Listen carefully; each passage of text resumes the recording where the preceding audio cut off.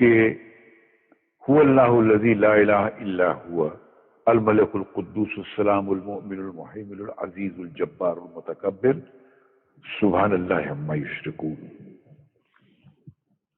وہ اللہ ہی ہے جس کے علاوہ کوئی معبود نہیں ہے. یہ لفظ ہمارے بھائیوں کو سمجھنا بہت ضروری ہے کہ دنیا میں عبادت، کسی کو ماننا، کسی سے کچھ مانگنا، کسی کے سامنے سر جھکانا، وہ صرف اللہ کے لیے ہے کہ اللہ نے اپنے لیے مخصوص کر دیا ہے. تو آپ کوئی ایسا کام مت کیجئے عبادت کا جو کہ صرف اللہ کے لیے مخصوص ہے.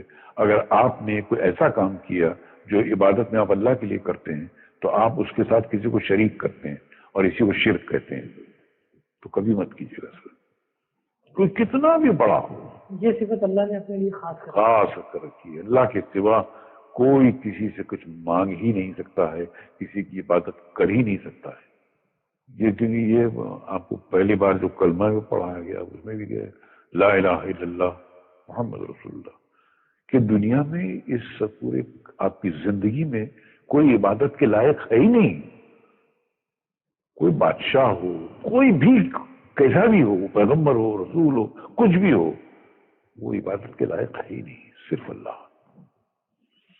یہ مخصوص ہے اللہ کے لیے. اور اگر کسی نے بھول سے کسی سے مانگ لیا، کسی کے در بارگاہ میں جا کر کچھ مانگ لیا، تو اس نے اس کام میں عبادت کے ڈپارٹمنٹ میں اس کو اللہ کا شریک کر دیا سر، تو پھر اللہ نہیں بخشے گا سر. ارے اللہ تو کیا اس کے فرشتے نہیں بخشیں گے، وہ پورے جلال میں آ جاتے ہیں. تو اس لیے انسان اپنے آپ کو تباہی سے اگر بچانا چاہتا ہے تو کبھی بھی وہ اللہ کی عبادت میں کسی کو شامل نہ کرے. یہ صاف طور پہ بچ کے رہنے کا طریقہ ہے. یار اللہ تعالیٰ بے نیاز ہے، اس کو کوئی پرواہ نہیں. پوری زندگی کوئی یعنی کس لیول کی زندگی گزارتا ہے، آخری وقت میں اللہ تعالیٰ ایمان کی دولت دے دیتا ہے. اور بعض اوقات بندے پوری زندگی لوگوں کو دھوکہ دیتے ہوئے دین کی زندگی گزارتے ہیں اور مارے جاتے ہیں، حالانکہ وہ دیندار نہیں ہوتے، وہ دنیا دار لوگ ہوتے ہیں. ایک آسٹریلین نیو مسلم بتاتا ہے کہ میں، بڑی لمبی سٹوری ہے اس کی،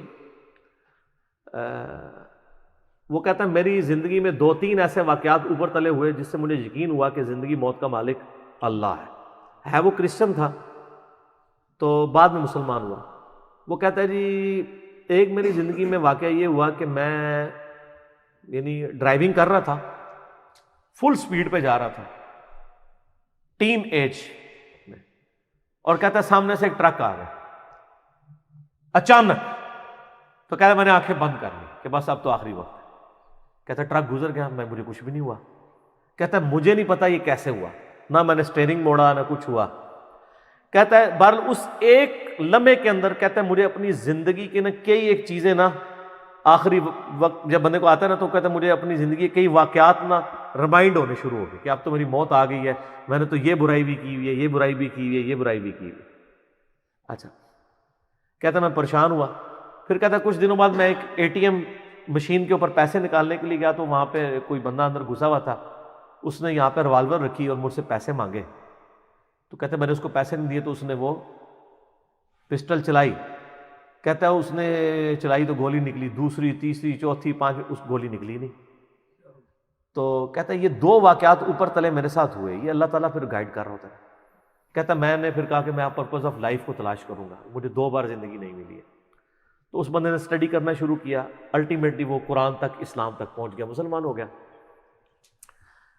پھر اس نے مسلمانوں سے بھی بڑا گلہ کیا کہ یہ آپ کا کام تھا ہمیں پرپز آف لائف بتاتے، زندگی کا مقصد کیا. تو وہ کہتا ہے کہ میری ایک نانی تھی نا، ان کی عمر 80+ تھی. تو وہ کہتا ہے وہ گاؤں میں رہتی تھی، تو کہتے ہیں وہ مجھ سے بڑا پیار کرتی تھی. تو وہ کہتا ہے کہ میں یعنی مسلمان ہوا تو میری پہلی خواہش یہ ہوئی کہ میں کسی طریقے سے اسے مسلمان کر لوں. وہ تو مرنے کے قریب ہے، کلمہ پڑھ لوں، ٹھیک ہے.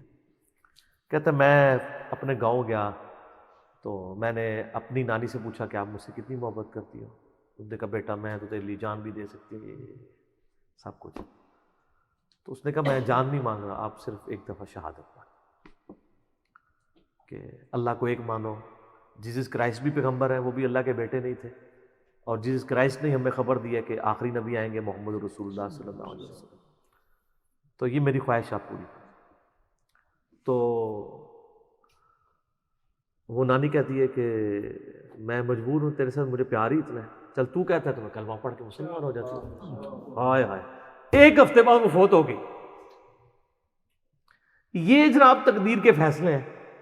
کوئی شخص پوری زندگی کوشش کرتا رہتا ہے، ایمان نہیں ملتا اسے، اور کوئی شخص مرنے سے ایک ہفتہ پہلے اللہ تعالیٰ اس کے گھر تک اسلام پہنچا دیتا ہے. دونوں زندگی میں اس نے یاشی کی، یہاں بھی اپنی مرضی کی زندگی گزاری اور آخرت بھی اپنی مرضی کی گزارے گی. آئے ہائے، یہ خدا کے فیصلے. اس لیے میں کہتا ہوں کہ جن کے ماں باپ کافر ہیں نا جی، یا بد عقیدہ ہیں، مسلمان ہیں اور شرک کے اندر مبتلا ہیں، پاؤں پکڑنے پڑے، پاؤں چومنے پڑے حد رکوع جھکے بغیر. پاؤں بھی چوم سکتے ہیں آپ، ہاتھ چومنے پڑے، منت سماجت کرنی پڑے. جیسا کہ ہم یہ شخص کوئی عام انسان بھی نہیں دے سکتا کہ اس کے سامنے ایک بلی بھی آگ میں جل رہی ہو وہ اس کو بچانے کی کوشش کرے. تو اپنے ماں باپ کو، گھر والوں کو آگ سے بچانے کی کوشش کریں. اور میں اس نیو مسلم سے کہوں گا کہ وہ اپنے ماں باپ کے پاؤں پڑھ کے کسی طریقے سے ان تک بات پہنچانے کی کوشش کریں. قرآن پاک پڑھ کے سامنے رکھیں، کامن ٹرمز کے اوپر بات کرنا شروع کریں. ان کو بتائیں پرپز آف لائف کیا ہے. دنیا میں انسان اس لیے نہیں آیا کہ وہ پیدا ہو اور وہ کھا پی کے اور بچے پیدا کر کے مر جائیں، وہ تو جانور بھی کرتے ہیں. انسان کو اللہ نے ایک سیریس کریشن بنایا، اور اللہ تعالیٰ کے سامنے انسان نے جواب دہ ہونا ہے.